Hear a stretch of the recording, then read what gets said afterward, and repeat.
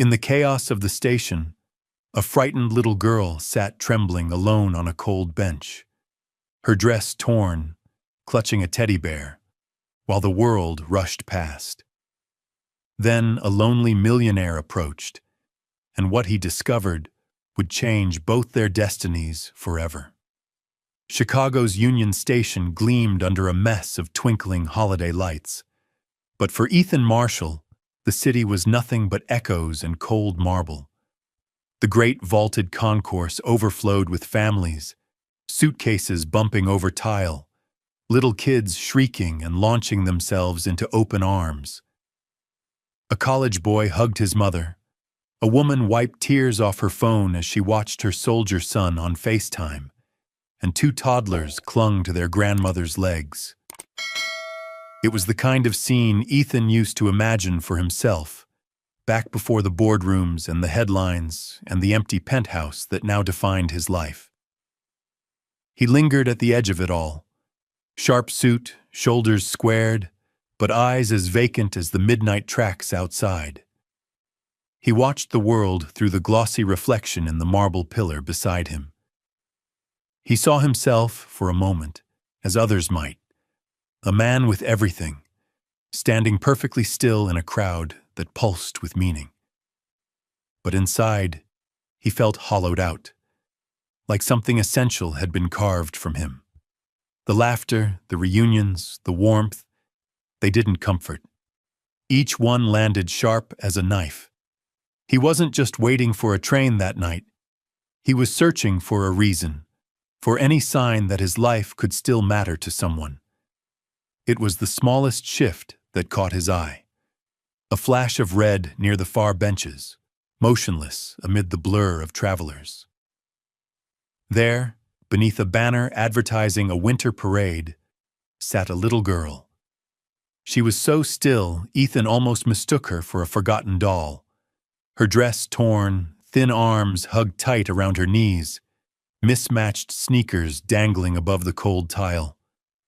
A battered teddy bear, one eye missing, fur matted, was clutched to her chest like a shield.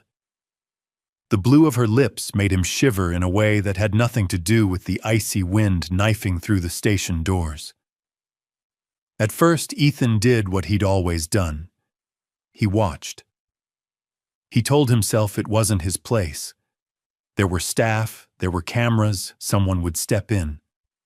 But as the crowds ebbed and flowed around her, as people glanced and looked away, a chill ran up his spine.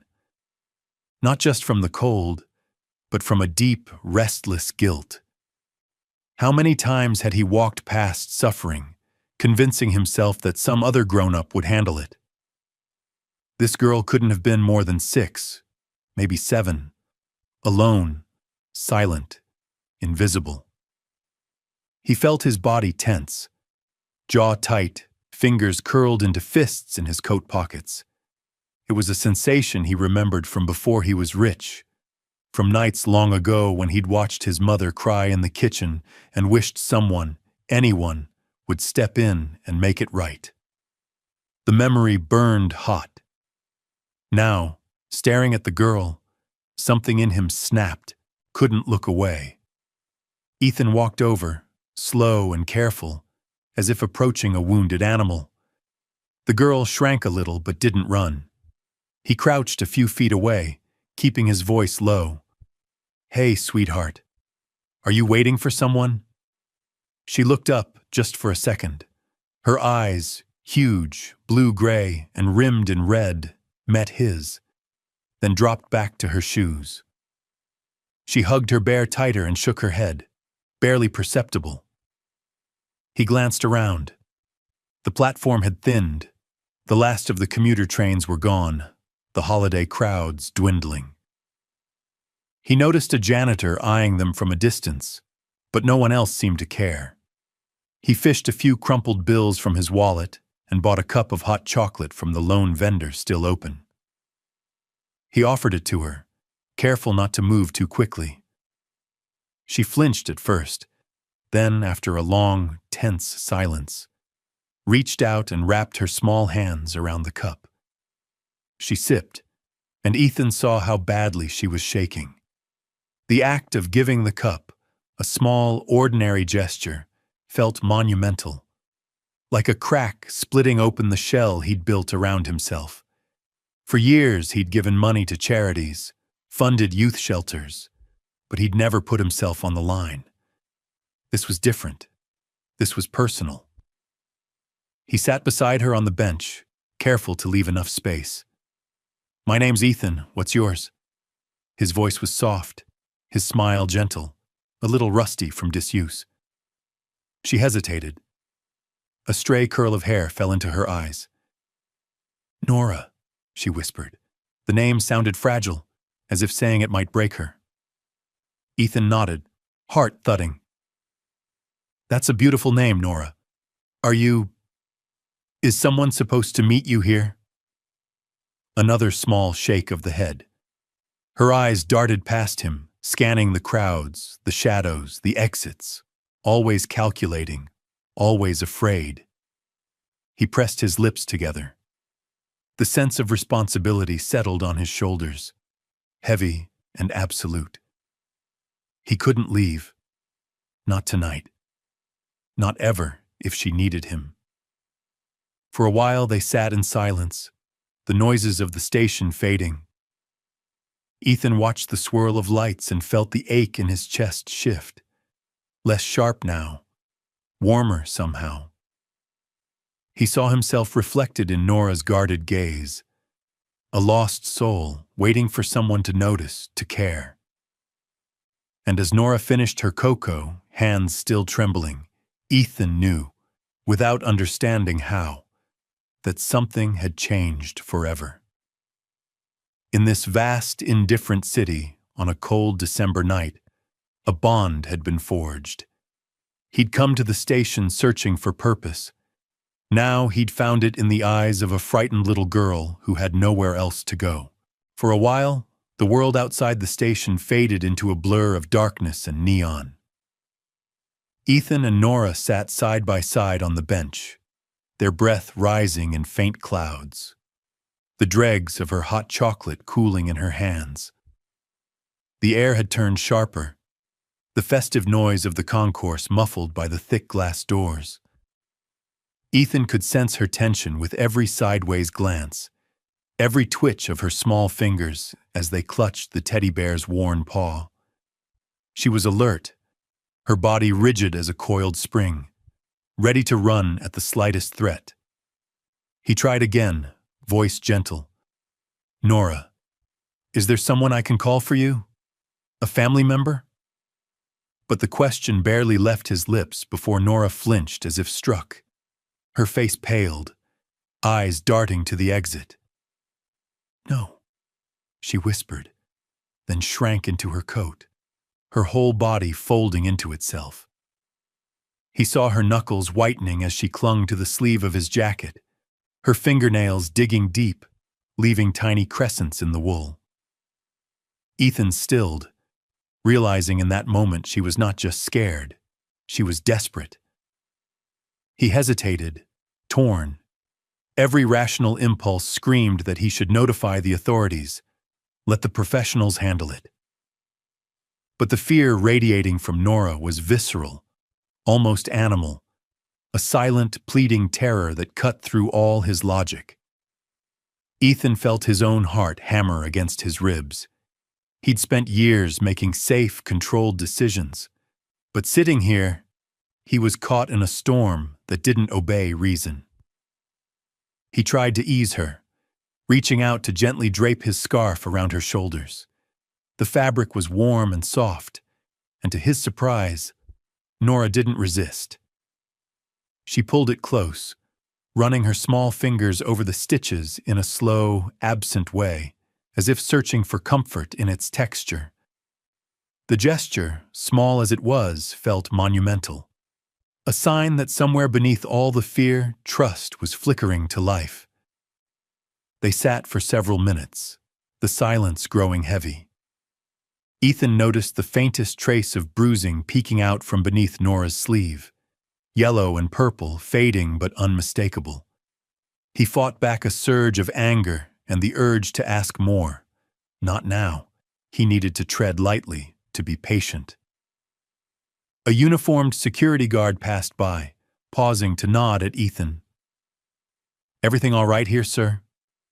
The question was routine, but Nora stiffened, her fingers convulsing tighter on Ethan's coat. He nodded, forcing a smile. "Just waiting for a ride." The guard moved on, but Nora's tension didn't ebb. Her eyes filled with tears she wouldn't let fall, her breath coming in short, panicked bursts. "Nora," Ethan murmured, "I promise I'm not going to let anything bad happen to you." She looked at him then, really looked, as if weighing the truth in his face. "Don't make me go back," she whispered. "Please." She said, "If I told, she'd find me." The words were so raw, so choked, Ethan could barely breathe. A sudden rush of memory flashed through his mind. Long ago nights, listening to his own parents fight, the taste of helplessness. He recognized something in Nora's fear that felt far too familiar. It was more than just being lost. It was being hunted by ghosts that nobody else could see. A faint clang echoed through the station, a maintenance cart, a cleaning lady humming carols, the normal sounds of late-night transit.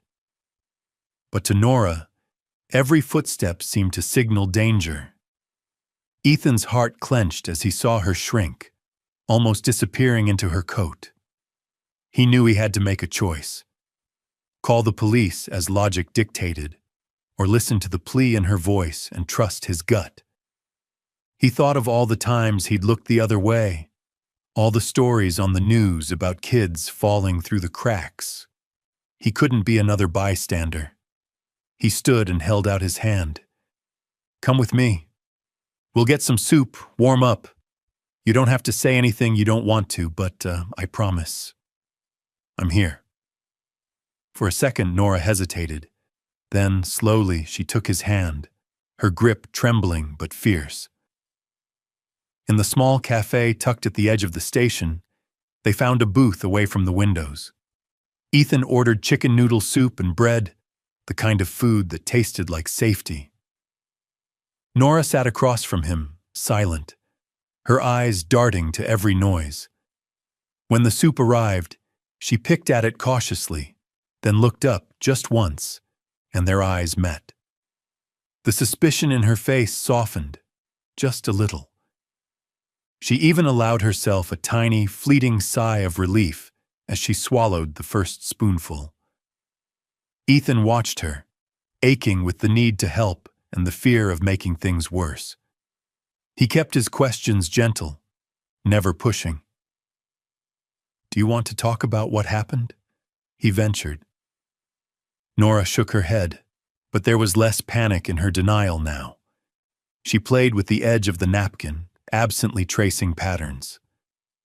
"She said I'm too much trouble. That's why she left me," she said, voice barely audible. His jaw tightened. "You're not trouble," he said quietly. "You're a kid. You deserve to be safe." The night manager, Mrs. Harris, a gray-haired woman with kind eyes and an air of quiet authority, passed by, pausing to refill their water. She glanced at Nora, then at Ethan. "It's not the first time I've seen kids left here," she said softly, voice low enough that only Ethan could hear. "Most end up in the system. Some get lucky. Most, well, be careful, sir. It's a rough world for little ones." Ethan nodded, understanding her warning. The system was a roll of the dice, and Nora already looked like someone who'd lost too many times. As the hour grew late, Ethan's resolve hardened. He paid for the meal, thanked Mrs. Harris, and led Nora back through the nearly empty concourse. Outside, the city's cold breath cut through his coat, but he barely noticed. Every instinct in him was on high alert. He carried Nora's suitcase in one hand, held her small palm in the other, and felt the unspoken weight of her trust, a burden, and a blessing. They reached his car, and he helped her climb in, wrapping her tight in his coat. The lights of Chicago blurred as he drove, one eye on the mirror, half expecting to see someone sent to reclaim what had been abandoned. As they wound through the city streets toward his apartment, Ethan glanced at Nora. She had finally relaxed, her head lolling against the seat, his scarf still clutched in her hands. He realized, with a strange mix of fear and hope, that he'd already crossed a line he couldn't uncross. He was in this now. He wasn't turning away. Not from Nora, not from his own heart. And as the city lights faded behind them, Ethan made a silent vow. No matter what it took, he would protect this child who had chosen, even in her terror, to trust him. The city outside Ethan's car blurred into a stream of winter lights as he navigated the silent streets. Chicago was a glittering maze, skyscrapers dusted with snow and windows glowing like lanterns, but Ethan barely noticed. His whole focus was on the fragile child beside him. Nora, bundled in his coat, head pressed to the cold glass, one hand curled around his scarf, the other still fiercely clutching her battered bear. She didn't speak. She just stared at the distant skyline as if daring herself to believe this wasn't another cruel trick. When they arrived at his apartment building, the doorman barely hid his surprise. "Evening, Mr. Marshall. Late guest?" Ethan offered only a curt nod, not trusting his voice. He guided Nora through the marble lobby, her shoes squeaking on the floor, her wide eyes drinking in every detail. The holiday wreaths, the spiral staircase, the hush that signaled wealth and privacy. Inside the penthouse, Nora paused, overwhelmed. The place was stunning. Floor-to-ceiling windows offered a view of the city glittering below. A 12-foot tree in the corner shimmered with gold and silver lights, and the faint scent of cinnamon and pine wafted through the open living space.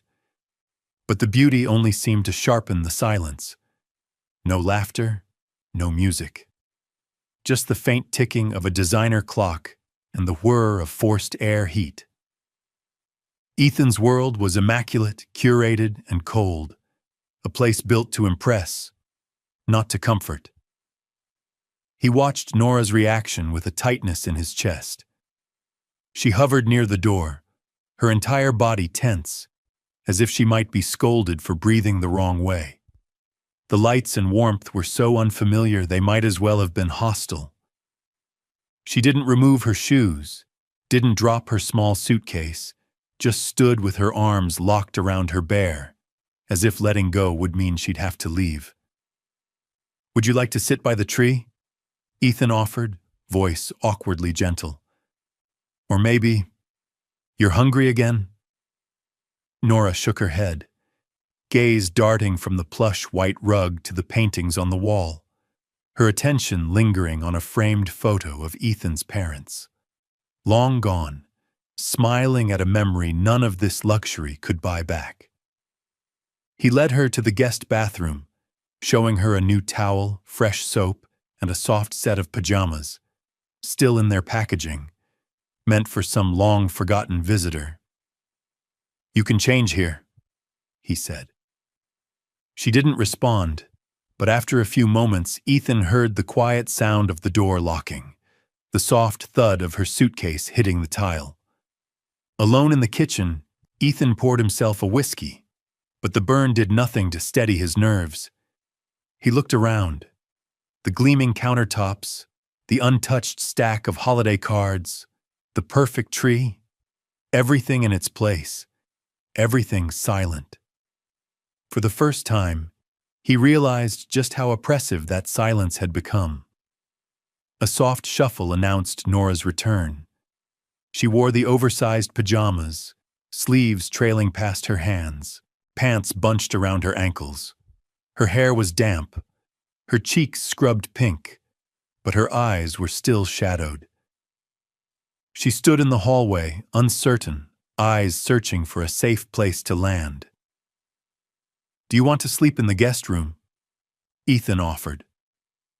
She shook her head, inching toward the living room but refusing to touch anything.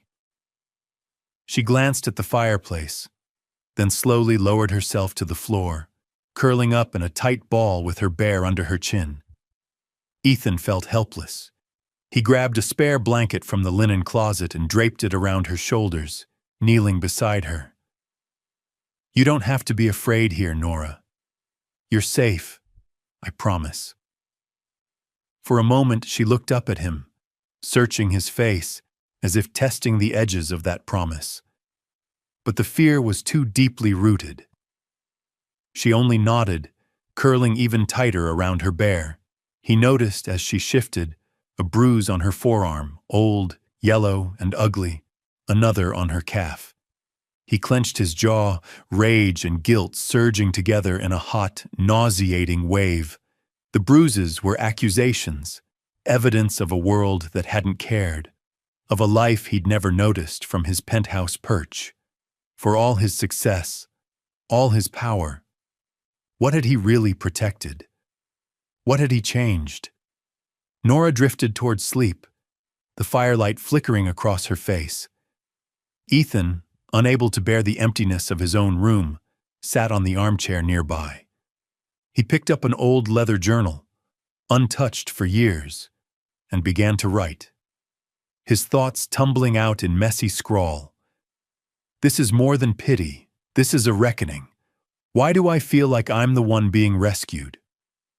Unsure, uncertain, he dialed Jenna Lee, his old friend from college, now a social worker. When she answered, her voice was gentle but sharp with fatigue. "Ethan, this late? What's up?" He explained, his words tumbling out. The train station, the little girl, the fear, the bruises. Jenna listened, then sighed. "You know you're not just saving a kid, right? You're inviting her pain and yours into your life. Once you start, there's no putting the genie back in the bottle." He swallowed. "I know, but she has no one, Jenna. I can't send her back. I can't. Not now." Jenna promised to look into Nora's background, to see if there were any records, missing persons, CPS reports, anything. She warned him, "Be careful, Ethan. The system's a mess, but you did the right thing. She's lucky to have you tonight." He returned to the living room. Nora was asleep, the blanket pulled to her chin, her hand still gripping the edge as if someone might take it away in the night. Ethan watched her for a long time, something shifting in his chest. He felt protective, yes, but something more. Connected. Needed. The feeling was terrifying and exhilarating at once. Before turning in, he left a nightlight glowing near the fireplace and set a glass of water beside Nora. He glanced around his apartment, his fortress, his cage, and for the first time, since he'd moved in, he felt less alone. The walls seemed warmer. The silence was not so complete. He watched the snow fall beyond the glass, listened to the gentle sound of Nora's breathing, and realized he'd crossed a line he could never uncross. Whatever happened tomorrow, he would not abandon her. Not ever. Morning filtered in through the penthouse's broad windows, painting the living room in soft gold. For the first time in years, Ethan was awake before his alarm, standing in the kitchen, pouring hot water over fresh coffee grounds and listening to the city slowly stir to life.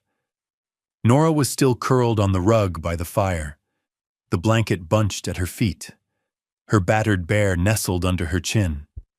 She looked impossibly small and peaceful, a fragile thing dropped into a world that had never deserved her. Ethan's apartment was quiet, but the silence no longer felt like a void. Instead, it pulsed with something like hope. He set out toast, scrambled eggs, and a cup of cocoa, arranging the plates with a care he hadn't known he possessed. When Nora finally sat up, blinking in the light, she seemed shy, uncertain whether she was really welcome at the long kitchen island. But when Ethan gestured for her to join him, she obeyed, sliding onto the stool, legs swinging above the polished floor. She picked at her food, barely nibbling the toast, but when Ethan noticed her watching him pour syrup over his eggs and offered her the bottle, she smiled, small but real. It was the first spark of normalcy, a tentative connection growing stronger. After breakfast, Ethan handed Nora a new toothbrush and led her to the bathroom, showing her where everything was. When she came out, hair damp and combed, she looked almost like any other child, except for the bruises and the haunted, grown-up gaze in her eyes. Ethan's phone buzzed. It was Jenna. He answered in the bedroom, keeping his voice low. "Did you find anything?" "More than I wanted," Jenna replied. "Nora's mom died 3 years ago. Car accident. There's no record of her dad since then. The stepmother, Denise Turner, has 2 priors for petty theft and was flagged by a school counselor for possible neglect. But the case was dropped. And, get this, she's been collecting child support from some state program, even though the paperwork's fishy." Ethan's jaw tightened. "So she's been using Nora for money. Is she looking for her now?" "No missing person report filed," Jenna said. "But I'd bet she's realizing her asset is missing. I'm coming over. Don't let anyone take Nora anywhere." Hanging up, Ethan felt a wave of cold determination. Meanwhile, a local reporter named Luis Rivera had been calling Jenna about CPS backlogs and children slipping through the cracks. He glanced over at Nora, who was sitting on the rug, quietly drawing in a sketchbook he'd set out. Her artwork was tentative. Crooked Christmas trees, snowmen, a little girl with big eyes holding a teddy bear. As he watched, she flipped to a new page and began to draw a tall man kneeling to tie a child's shoes. Ethan knelt beside her, tying her new sneakers with careful, clumsy hands. "How's that?" Nora smiled, eyes filling with tears she tried to blink away. "Nobody's done that for me since Mom." His heart twisted. "You deserve it, Nora. You deserve all the good things." Together, they set up a Christmas stocking for her, Ethan sitting cross-legged on the floor, helping her glue felt shapes and sequins in place. They laughed when a glitter explosion dusted the rug. For a moment, it was as if they were just a regular family. No shadows, no past, only the comfort of being seen. Later, they ventured out for new clothes. At the store, Nora froze in front of a rack of dresses, hands trembling. Ethan knelt to her level, voice gentle. "Pick anything you like. You don't have to rush." When she chose a soft blue dress, he knelt and helped her slip her feet into new boots, tying the laces just so. Shoppers passed with curious glances, but Ethan didn't care. To him, this was sacred, a ritual of healing, of hope. Back home, they decorated more stockings and ornaments, Ethan reading instructions out loud while Nora placed them on the tree. When she dropped a glass ball, it shattered, and she tensed, waiting for anger. Ethan only smiled and swept up the shards, then handed her another ornament. "Accidents happen," he said. "Let's try again." Mid-afternoon, Jenna arrived. She hugged Nora gently, then sat with Ethan in the kitchen, going over the records she'd pulled. "We have enough to contact the authorities and start a formal complaint," she said. "But we need to be ready. Denise might come looking." Ethan nodded, determination hardening in his chest. "I'm not letting her near Nora again. Not ever." As the day faded, Nora's walls softened further. She helped Ethan bake cookies, giggling when flour dusted his nose.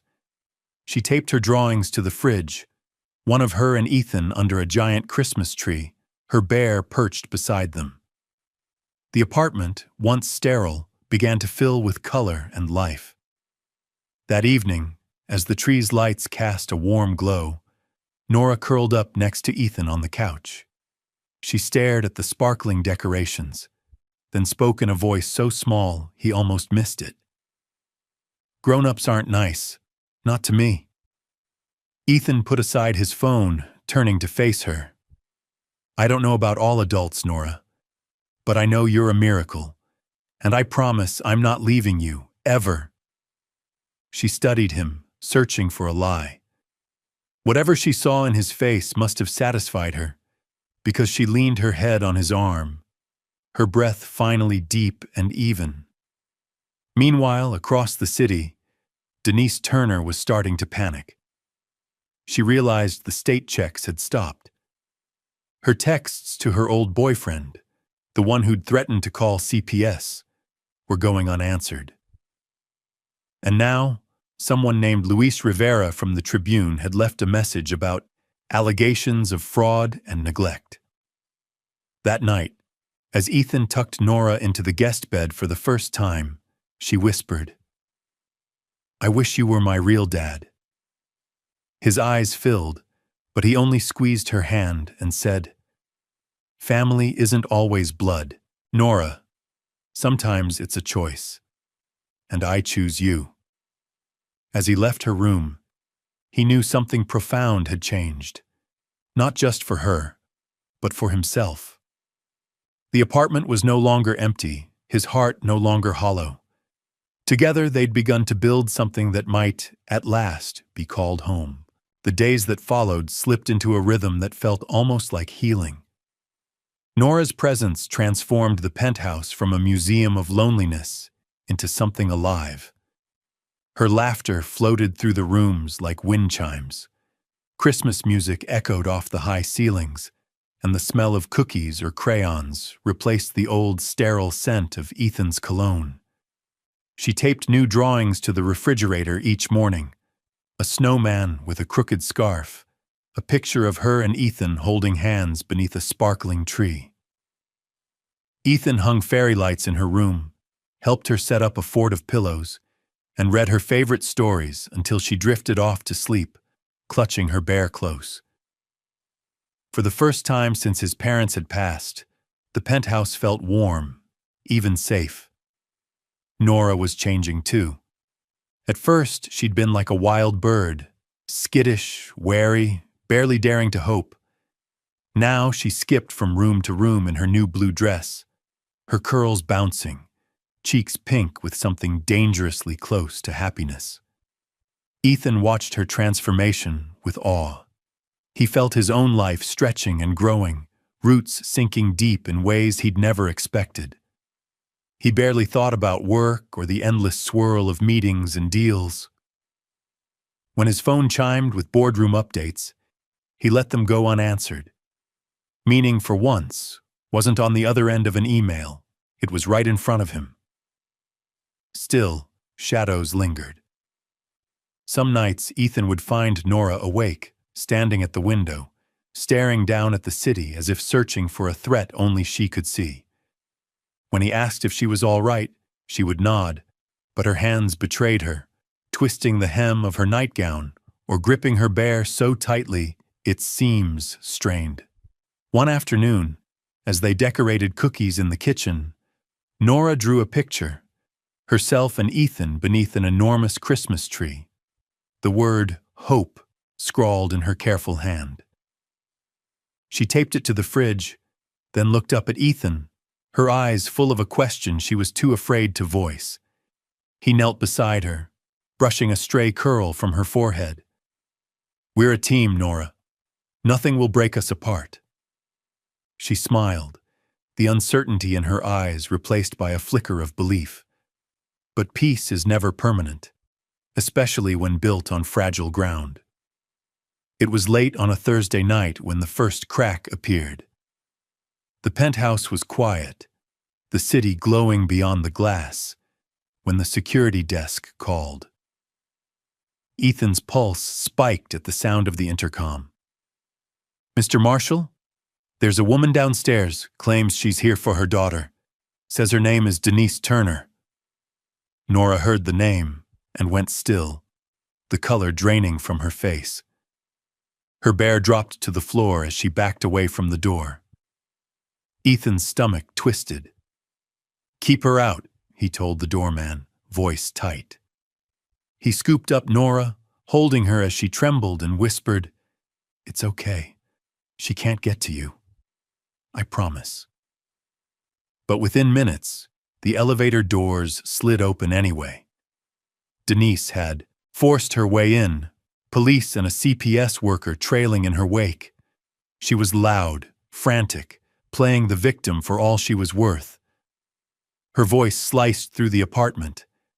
"There she is. You kidnapped my daughter. She's been missing for days." The words rang false, but Denise was practiced.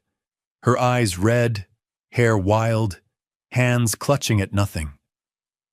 Nora's reaction was immediate. She bolted for the guest room, crawling under the bed, her whole body shaking as she pressed herself into the smallest possible space. Ethan's own fear turned to fury. He squared his shoulders, planting himself between Denise and the hallway. "You're not taking her," he said, voice trembling but fierce. "She's terrified of you. She's not safe with you." Denise shrieked, launching into a tirade, blaming Ethan, blaming Nora, spinning a web of half-truths and outright lies. "She's unstable.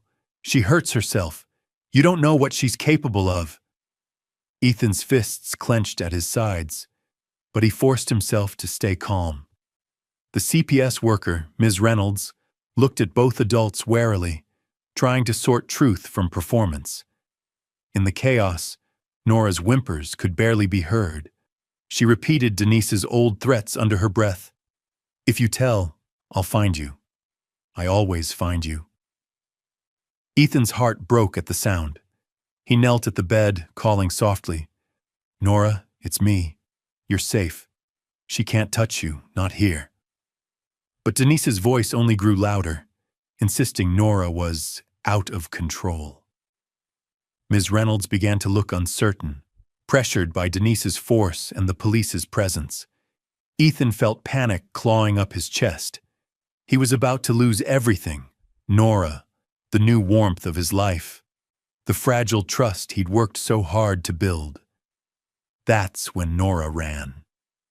The apartment was chaos, the police distracted. She darted from under the bed, past Denise's grasp, out into the hallway and down the stairs, her small feet barely making a sound on the plush carpet. Ethan chased after her, his heart pounding. He found her minutes later outside, crouched beneath a bridge that arched over a quiet service road, her breath coming in sharp, broken sobs. He knelt in the snow beside her, ignoring the chill biting through his slacks. "Nora, look at me." She did, her face streaked with tears, hair wild. "I will never let anyone hurt you again. I'll fight for you. I'll do whatever it takes. I promise." The words came out raw, scraped from the very core of him. Nora stared at him for a long moment, searching his face for doubt. Whatever she saw must have convinced her, because she threw her arms around his neck, sobbing into his shoulder. Ethan held her tight, rocking gently as the snow drifted down, his own eyes stinging. They stayed that way until Ms. Reynolds found them, bundled in Ethan's coat. Her face was soft now, uncertain. "CPS will issue an emergency safety plan, allowing Nora to remain in Mr. Marshall's care pending a next-day emergency custody hearing in family court." Denise screamed from the entryway, but the decision had been made. Back inside, Ethan dried Nora's tears, helped her into warm pajamas, and tucked her into her bed, fairy lights glowing softly overhead. He sat beside her until she slept, his hand resting on her back, anchoring her to this new life. That night, as he watched the snow fall and listened to the steady rhythm of her breathing, Ethan understood what had changed. He wasn't just protecting her anymore. He was fighting for both of them, for a future neither had dared hope for. The days after Denise's intrusion passed in a haze of tension and anticipation, the penthouse never quite returning to its earlier peace.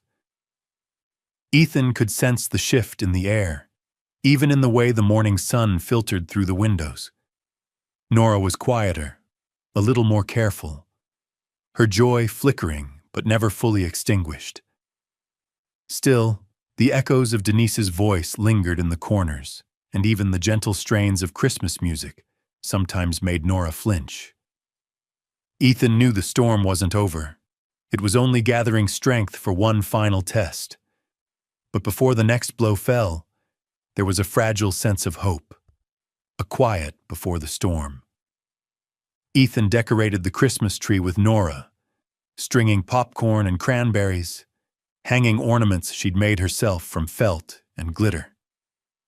She told stories about the shapes she cut. One was a star. "So we always find our way home," she said. Another was a snowman. "Because they're happiest in winter. Like me." Ethan smiled at her pride, his heart swelling each time she tugged his sleeve to admire her handiwork. One evening, as they finished hanging the last ornaments, Ethan received a call from the building's security desk. The message was simple, but the tone was urgent. "Mr. Marshall, there's news from your lawyer and Child Protective Services. Court date set. Denise Turner's filing for full custody.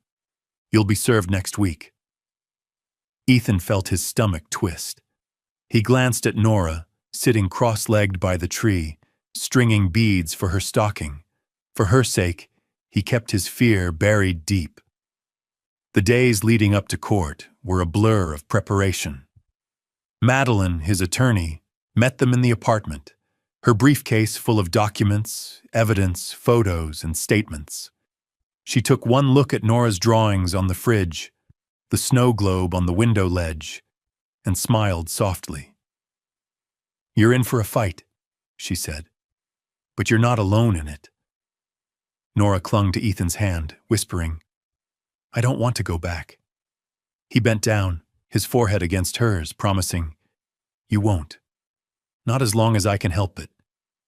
The morning of the hearing dawned cold and gray. Nora wore her new blue dress, hair braided by Ethan's unsure but gentle hands, and a star-shaped clip she'd chosen herself. He straightened his tie in the mirror, feeling years older and infinitely more vulnerable than he ever had in any boardroom. As they waited for the elevator, Nora tucked her small hand into his, her grip tight. "Don't let go," she whispered. "Never," he promised, voice thick. The courthouse was an imposing building of granite and glass, its echoing halls filled with anxious families and the weary shuffle of lawyers. In the waiting area, Nora sat beside Ethan, her bear perched on her lap, eyes wide and silent. Madeline reviewed notes. Jenna Lee arrived with her own stack of documents, and Mrs. Harris, the station manager, walked in wearing her best Sunday hat.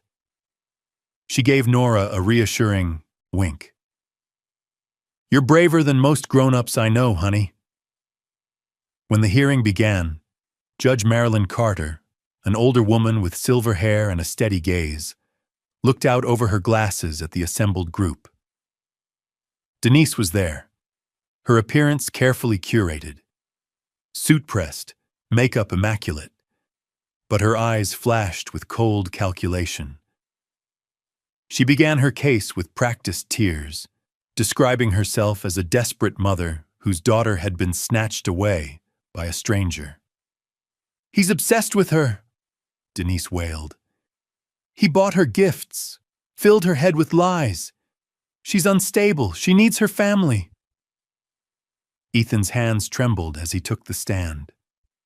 Madeline's questions were gentle, guiding him through the story of that night at the station, of Nora's bruises, her fear, the transformation he'd witnessed as she began to trust again.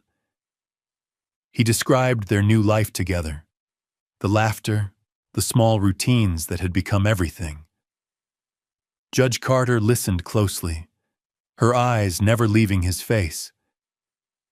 Nora was called to testify. Ethan's heart nearly stopped when she climbed into the witness chair, her bear tucked under her arm. Her voice was soft but clear as she answered the judge's questions. "I don't want to go back. She yelled a lot. She hit me when I was bad. But Ethan..." Here she looked straight at him. "Ethan listens. He makes pancakes with smiley faces. He doesn't let anyone hurt me. I want to stay with him." Denise interrupted, her calm cracking. She raged about ungrateful children, accused Ethan of manipulation, accused Nora of lying. But Jenna and Mrs. Harris both spoke in support of Ethan, describing what they'd seen.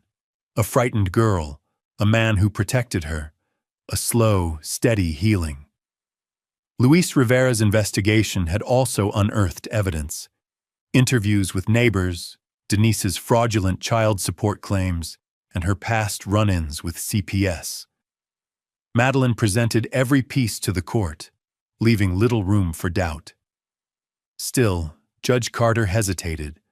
The law required caution, thoroughness. She delayed her final decision, but ruled that Nora would remain with Ethan through Christmas. "This is not a home of last resort," she said. "This is a home built on kindness." That night, as the snow fell softly outside, Ethan prepared Nora's new room. Walls strung with star-shaped lights, a shelf lined with books, and her favorite drawings framed above her bed. When he tucked her in, Nora reached up and hugged him tightly. "I love you, Dad," she whispered, the words shy but unafraid. Ethan's breath caught, and he held her close, feeling that win or lose in court, he had already found what he'd been searching for all his life. The penthouse, once empty and echoing, was now a sanctuary, a place filled with hope, laughter, and the fierce, stubborn love that neither Denise nor the world could take away. Snow fell in thick, lazy flakes outside Ethan's penthouse, draping the city in a hush that felt holy. Christmas Eve arrived as a balm after weeks of anxiety, a fragile, hopeful pause between battles. Ethan awoke to the sound of Nora singing softly in her room, her voice mixing with the distant bells of a nearby church. She was stringing paper snowflakes for her window, her cheeks pink with anticipation, hair escaping its braid in a wild halo. For a moment, Ethan simply watched her, a wave of gratitude nearly knocking him off his feet. He was no longer the man who moved through life untouched, insulated by money and power. He was someone's protector, someone's hope. The penthouse buzzed with warmth and movement. Nora helped Ethan in the kitchen, her laughter bubbling up when he nearly dropped a tray of cinnamon rolls. They arranged a small feast, cocoa piled high with whipped cream, gingerbread men with crooked smiles, and a roast chicken that looked nothing like the one in the magazine photo. The place, once a sterile fortress, now felt lived in, crumbs on the floor, tinsel tangled in the dog's collar. Nora's artwork spreading across every available surface. That afternoon, Ethan took Nora to visit Mrs. Harris, the night manager from Union Station. Mrs. Harris lived in a modest apartment filled with knickknacks and a cat named Marmalade, who immediately claimed Nora's lap. Over tea and butter cookies, Mrs. Harris told Nora about her own hard childhood, about being taken in by an aunt when her parents couldn't cope. "Second chances are real, sweet pea," she said, squeezing Nora's hand. "You're proof of that." Nora listened wide-eyed, then gave Mrs. Harris a careful hug, the first time she'd initiated contact with an adult besides Ethan. Meanwhile, Luis Rivera, the persistent journalist, had been working behind the scenes. On Christmas Eve morning, the Tribune published his story, "Justice for Nora: How One Girl Found Hope After Being Left Behind." The article was everywhere, online, in print, and on the evening news. Within hours, Ethan's phone was flooded with messages, letters of support, donations to the Children's Legal Fund, strangers offering to help. He read each message to Nora, who listened with a mixture of awe and disbelief. "So many people," she whispered, her fingers tracing a snowflake she'd cut from construction paper. "For me?" Ethan nodded, his eyes suspiciously bright. "For you, and for every kid who needs a safe place." Back at the penthouse, Nora's world kept expanding. Jenna stopped by with a new set of watercolor paints.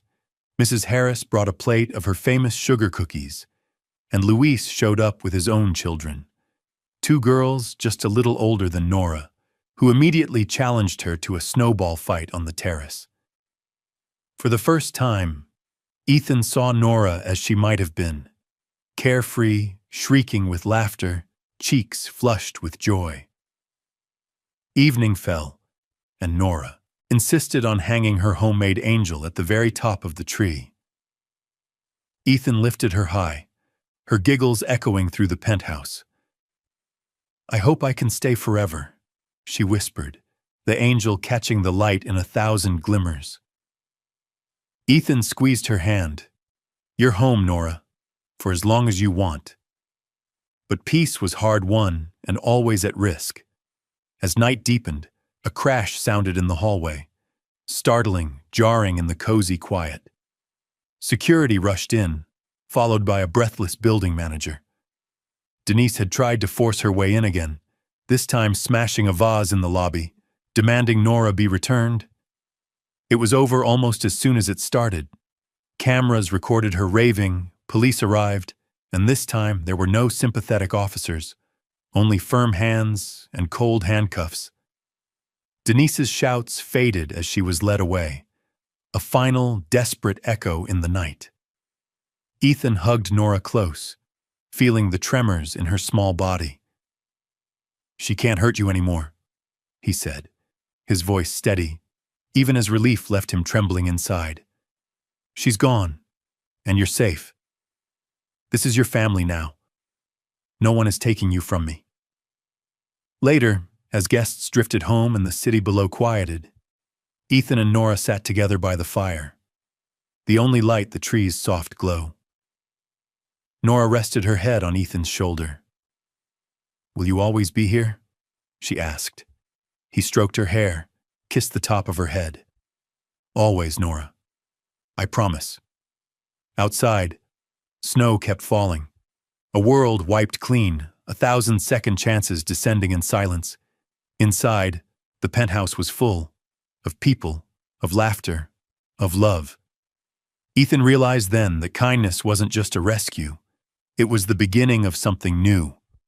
A family, made not by blood, but by choice, by courage, by the fierce will to never look away.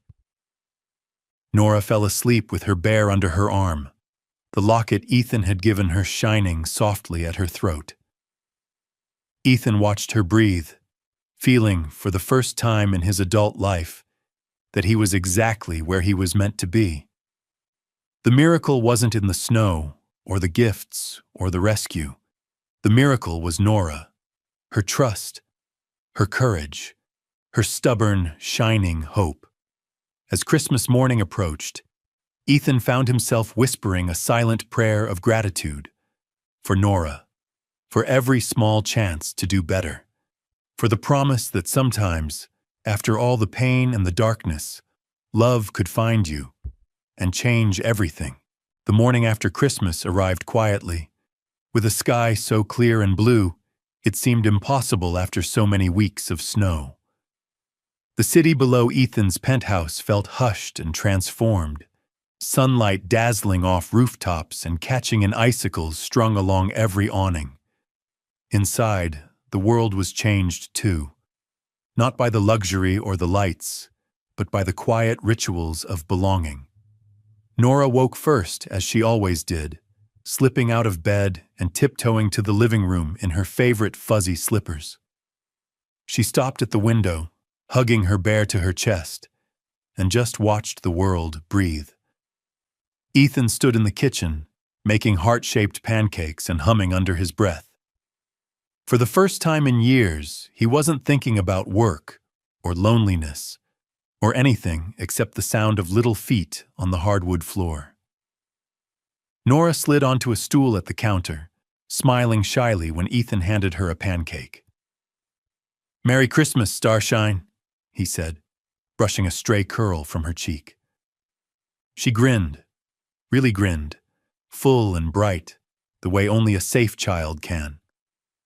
Breakfast was a noisy, happy affair, sticky syrup, cocoa with too many marshmallows, and Nora telling stories about her dreams. Ethan listened, marveling at how easily she talked now, how her voice no longer shook or trailed off in fear. When they finished, they went to the tree, opening the last presents. Small things, mostly.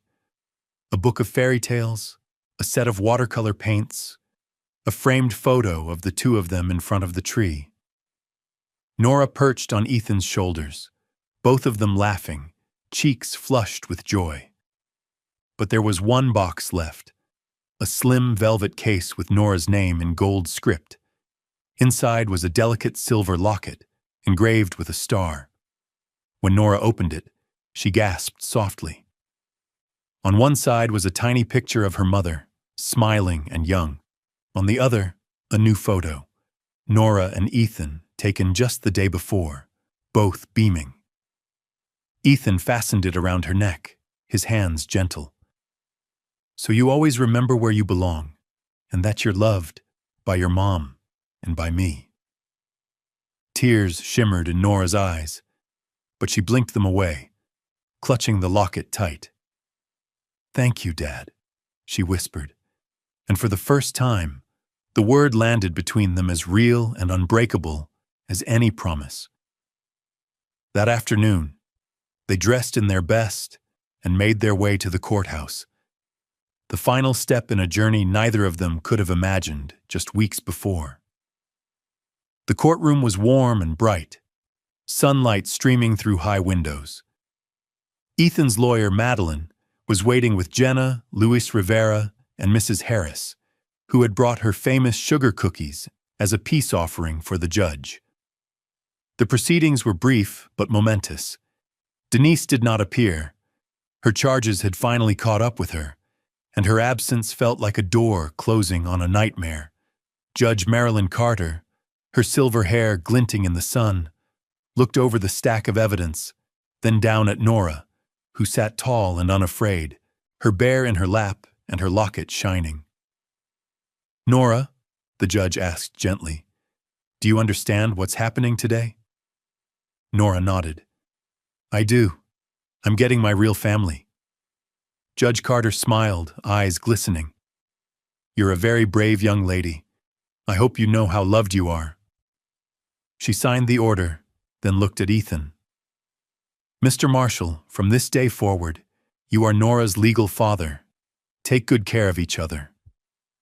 Applause broke out, quiet at first, then growing as Nora's friends and new family celebrated. Nora leapt from her seat, running straight into Ethan's arms. He lifted her high, spinning her around, both of them laughing and crying at once. "We did it," he murmured. "You're safe. You're home." On the way out, Jenna snapped a picture. Ethan and Nora, hand in hand, stepping into the sunlight, the city behind them, the courthouse doors swinging shut on the old life they'd left behind. That evening, they gathered everyone, Jenna, Madeline, Mrs. Harris, and Luis, for a cozy Christmas party in the penthouse. The rooms were full of laughter and music. Nora darting from guest to guest, showing off her locket and the photo of her new family. For the first time, Ethan realized what true wealth was: the fullness of a room, the warmth of shared stories, the simple miracle of belonging. Later, as the guests trickled out and the city quieted once more, Ethan and Nora stood by the window, looking out over Union Station, now glowing with lights and bustling with travelers. Nora pressed her nose to the glass. "That's where you found me," she said softly. "I used to think no one wanted me, but I was wrong. I found my family." Ethan knelt, wrapping his arms around her. "So did I, Nora. So did I." His voice trembled, but he didn't care. In that moment, every loss, every fear, every empty night faded away. All that remained was the steady, bright truth of their new life. He tucked Nora into bed, pulling the quilt up to her chin, the starlights twinkling overhead. Her bear was beside her, the locket cool against her throat. She took his hand and squeezed. "Will you stay?" she whispered. "Always, Starshine," he replied, brushing a kiss to her forehead. As he turned off the light, Ethan glanced at the framed photo on Nora's nightstand. Their first night, sitting side by side on that cold station bench. Both of them searching for something neither could name. Now the world outside was blanketed in new snow, and inside, the penthouse glowed with a peace that had nothing to do with money, and everything to do with love found, fought for, and finally kept. In the hush, as Nora drifted to sleep and the city dreamed beneath its coat of white, Ethan sat by her door, listening to her gentle breathing and feeling, for the first time in his life, utterly, wonderfully home. If this story touched your heart, even just a little, we invite you to stay with us. Because here at Restoring Tales, every story reminds us that love, kindness, and second chances still exist. There are more tales waiting, of resilience, of hope, and of quiet heroes among us. So if you believe in the healing power of love and the beauty of life's small moments, be sure to subscribe to Restoring Tales and turn on notifications. Because the next story might be the one your heart's been waiting for. Thank you for watching, and we'll see you in the next story.